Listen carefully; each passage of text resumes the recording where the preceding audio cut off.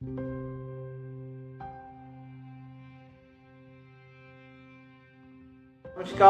मैं कृष्णा अग्रवाल और आज मैं आपके लिए लेकर आया हूं एक कहानी भारत के दूसरे प्रधानमंत्री श्री लाल बहादुर शास्त्री की। आखिर प्रधानमंत्री लाल बहादुर शास्त्री क्यों गए थे ताशकंद, जहां से फिर लाल बहादुर शास्त्री कभी अपने वतन नहीं लौटे जीवित। 4 जनवरी का दिन जब इतिहास के पन्नों को पलटकर देखा जाता है तो याद आता है ताशकंद समझौता। ऐसा समझौता जिसने भारत से जीती हुई बाजी छीन ली। वो समझौता जिसने देश के सबसे विनम्र प्रधानमंत्री लाल बहादुर शास्त्री को भी छीन लिया। देश के दूसरे प्रधानमंत्री की एक कहानी जो रूबरू कराएगी लाल बहादुर शास्त्री के ताशकंद दौरे और उनकी मृत्यु के किस्सों के साथ। पंडित जवाहरलाल नेहरू के निधन के बाद प्रधानमंत्री कौन बनेगा, इस पर चर्चा हर जगह थी। पंडित नेहरू की मौत के 2 सप्ताह बाद देश के पूर्व गृह मंत्री लाल बहादुर शास्त्री को देश का नया प्रधानमंत्री बना दिया गया। जानकार कहते हैं कि लाल बहादुर शास्त्री और पंडित जवाहरलाल नेहरू की विचारधारा एक जैसी थी, लेकिन दोनों के व्यक्तित्व में काफी अंतर था। कहा जाता है कि शास्त्री काफी धीमे बोलते थे और संकोची स्वभाव के थे। इसके अलावा उनके जीने का तरीका भी काफी साधारण था। 1965 में पाकिस्तान से जंग के दौरान भारत के पास अन्न की कमी हो रही थी। शास्त्री जी ने अपनी पत्नी से कहा कि आज घर पर खाना नहीं बनेगा, बच्चों को भी सिर्फ दूध और फल ही दिया जाए। अगले दिन जब शास्त्री जी को यकीन हो गया कि उनके बच्चे एक दिन भूखे रह सकते हैं, तो अगली शाम उन्होंने देशवासियों से सप्ताह में एक दिन उपवास रखने की अपील की। कई सप्ताह तक देश के रेस्तरां और होटल इसका पालन करते रहे। साथ ही देश के सभी घर इस नियम का पालन करते रहे। उस दौरान देश को भूखमरी और अनाज की कमी से बचाने के लिए शास्त्री जी ने देश को एक नारा दिया। नारा था जय जवान जय किसान, और यही नारा आज भी देश में हर जगह गूंजता है। अगस्त 1965 के पहले सप्ताह में पाकिस्तान ने ऑपरेशन जिब्राल्टर चलाया था, जिसके तहत 30 से 40 हजार सैनिक भारतीय पाकिस्तान बॉर्डर पर तैनात कर दिए गए थे, जिनका लक्ष्य था कश्मीर पर कब्जा करना। तत्कालीन प्रधानमंत्री लाल बहादुर शास्त्री इस चाल को भांप गए थे, जिससे पाकिस्तान बुरी तरह बौखला गया और उसने भारत पर हमला कर दिया।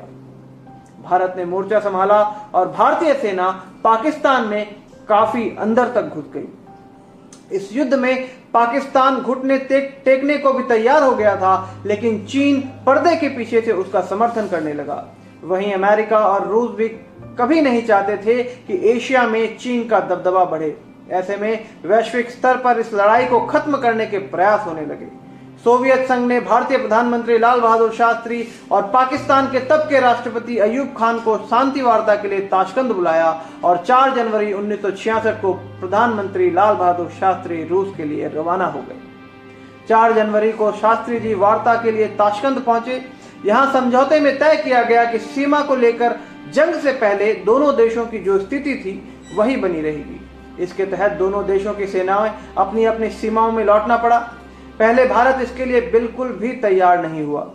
हालांकि लंबी बातचीत के बाद 10 जनवरी को शास्त्री जी मान गए। पाकिस्तान से जीते गए सारे इलाके लौटा दिए गए, जबकि पाकिस्तान ने नो वॉर क्लॉज को भी नहीं माना। 10 जनवरी 1966 को शास्त्री जी और पाकिस्तान के राष्ट्रपति अयूब खान ने समझौते पर हस्ताक्षर किए। देश के लोगों को लगा कि वे जीती हुई बाजी हार गए हैं। ऐसे में इस समझौते के कारण शास्त्री जी से सिर्फ देशवासी ही नहीं बल्कि उनका अपना परिवार भी नाराज हो गया। इस दिन अपने घर वालों से शास्त्री जी ने आखिरी बार बात की थी। 10 जनवरी 1966 वह दिन जब प्रधानमंत्री लाल बहादुर शास्त्री ने अपने घर वालों से आखिरी बार बात की, तब वे ताशकंद में थे और पाकिस्तान ने समझौता करने के लिए उन्हें सोवियत संघ की मदद से वहां बुलाया था। शास्त्री जी ने सबसे पहले अपनी बेटी से बात की। उन्होंने बेटी से पूछा कि समझौता कैसा लगा। जवाब था अच्छा नहीं लगा। इसके बाद शास्त्री जी ने पत्नी ललिता से बात करने की इच्छा जाहिर की, लेकिन वो फोन पर नहीं आई। जाहिर था कि वो भी पाकिस्तान के साथ हुए इस समझौते से काफी नाराज थे। भयानक युद्ध जीतकर दुनिया के सामने भारत की ताकत दिखाने वाले शास्त्री जी ताशकंद समझौते के लिए राजी क्यों हुए? क्या उन पर कोई अंतर्राष्ट्रीय दबाव था? इन सवालों का जवाब देने से पहले ही ताशकंद में शास्त्री जी का देहांत हो गया और उनकी मौत भी एक रहस्य बनकर रह गई, क्योंकि 11 जनवरी की सुबह देश के लिए एक दुखद खबर लेके आई। 11 जनवरी को रात 1:30 बजे ताशकंद में शास्त्री जी की मौत हो गई थी। इसकी वजह हार्ट अटैक बताया गया। उनका शव भारत लाया गया जो नीला पड़ चुका था। ऐसे में आशंका हुई कि उन्हें जहर देकर मारा गया, लेकिन भारत और रूस दोनों ही देशों ने उनका पोस्टमार्टम नहीं कराया। भारत के एक प्रसिद्ध अखबार इंडियन एक्सप्रेस में एक लेख के मुताबिक इस मामले में एक आरटीआई भी दाखिल की गई। सरकार ने जवाब दिया कि शास्त्री जी की मौत से संबंधित सिर्फ एक दस्तावेज उपलब्ध है जिसे सार्वजनिक नहीं किया जा सकता। इस तरह शास्त्री जी की मौत आज तक एक रहस्य है। शास्त्री जी की मौत से आज तक पर्दा नहीं उठ पाया। ये थी हमारे देश के दूसरे प्रधानमंत्री श्री लाल बहादुर शास्त्री जी के ताशकंद दौरे और उनकी मौत से जुड़ी एक छोटी सी कहानी। मैं चाहूंगा कि आप भी इंटरनेट के माध्यम से और किताबों के माध्यम से शास्त्री जी के इस ताशकंद दौरे के बारे में और पढ़ें और पता लगाने की कोशिश करें कि क्या कारण थे शास्त्री जी की मौत के, क्यों गए थे शास्त्री जी ताशकंद, युद्ध में क्या हुआ था भारत और पाकिस्तान के बीच, और भारत पाकिस्तान में कहां तक पहुंच गया था।